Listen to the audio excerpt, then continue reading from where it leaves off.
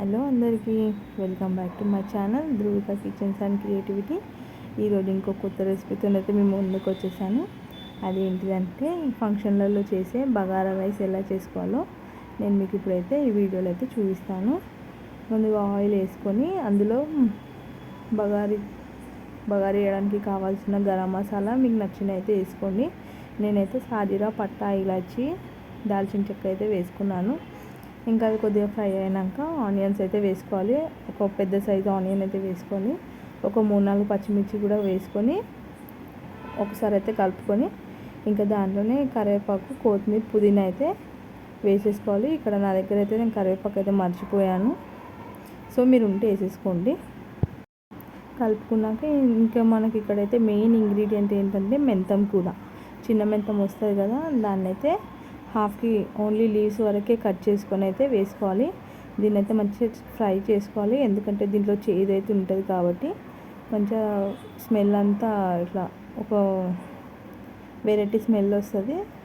మంచిగా వచ్చేంత వరకు అయితే మంచిగా ఫ్రై చేసుకొని అయితే పెట్టుకోవాలి. ఆకు మొత్తం మగ్గిపోవాలి ఆయిల్లోనే.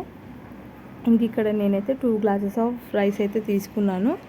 ఆల్రెడీ ముందే కడిగి 2 టైమ్స్ కడిగి నానబెట్టేసుకున్నాను. ఇంక ఇక్కడ కూడా మనం వేసుకున్న ఆకుకూరలన్నీ ఫ్రై అయిపోయినాయి అనమాట. ఇంకా నేను ఇక్కడ 1:2 రేషియోలో అయితే వాటర్ తీసుకుంటున్నాను. 4 గ్లాసెస్ ఆఫ్ వాటర్ తీసుకుని ఒకసారి కలుపుకోవాలి. ఇక్కడ మీరు సాల్ట్ అయితే వేసుకోవచ్చు, అడ్జస్ట్ చేసుకోవచ్చు. మీకు ఎంత టేస్ట్కి కావాలో అంత టేస్ట్కి అయితే వేసుకోవచ్చు. ఇంక ఈ బగారా రైస్ ఉంది కదా, మనం దీనికి కర్రీ ఏం లేకుండా కూడా ఉట్టిగా తినేయచ్చు అండి. చాలా బాగుంటుంది టేస్ట్ అయితే.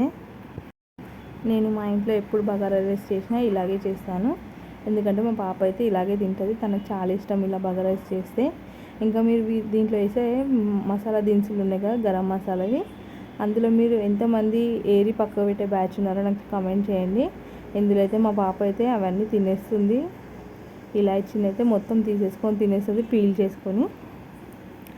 ఇంకా ఇక్కడైతే వాటర్ అయితే మసిలిపోయినాయి కదా, మసిలినాకైతే రైస్ అయితే వేసేసుకోవాలి.